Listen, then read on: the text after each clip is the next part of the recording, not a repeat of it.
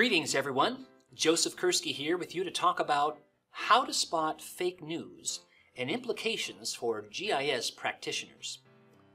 An infographic created by the International Federation of Library Associations and Institutions, IFLA, entitled How to Spot Fake News is, I believe, instructive for the GIS or Geographic Information Systems practitioner to review.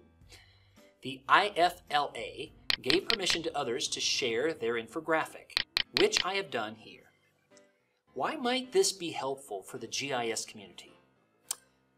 As we frequently comment on the Spatial Reserves data blog and elsewhere, just because you can map your own or other people's data in any projection, color, and classification method that you choose and share the results with anyone you choose, doesn't make that data flawless.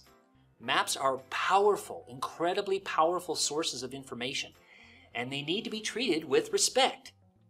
The sources need to be carefully considered and documented. We, as the geospatial community, have a solemn mission because of the advent of web-based GIS. More and more of what we do is viewed by the wider community, many of whom are not GIS professionals.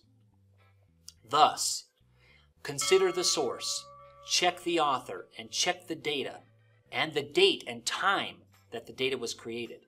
Should make those who create maps to think immediately about paying careful attention to the metadata.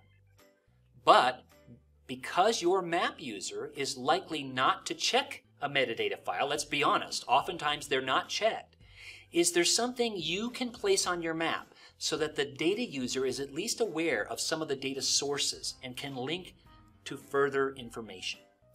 The read beyond and ask the experts components are an additional challenge. What is the full story behind the map? How can the researcher conduct his or her own investigation?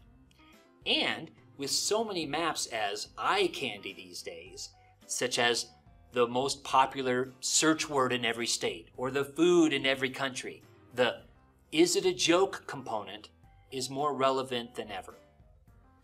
Here, in this essay, we advocate for map readers to be critical of fun posts too, that maybe some of your friends have sent you via email. Be critical of those fun posts too. An added benefit of the infographic that I'm describing here is that it is available in about 25 different languages.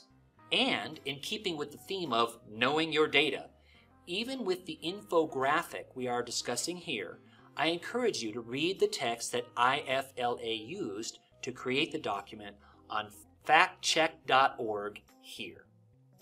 Thanks, and be critical of the data.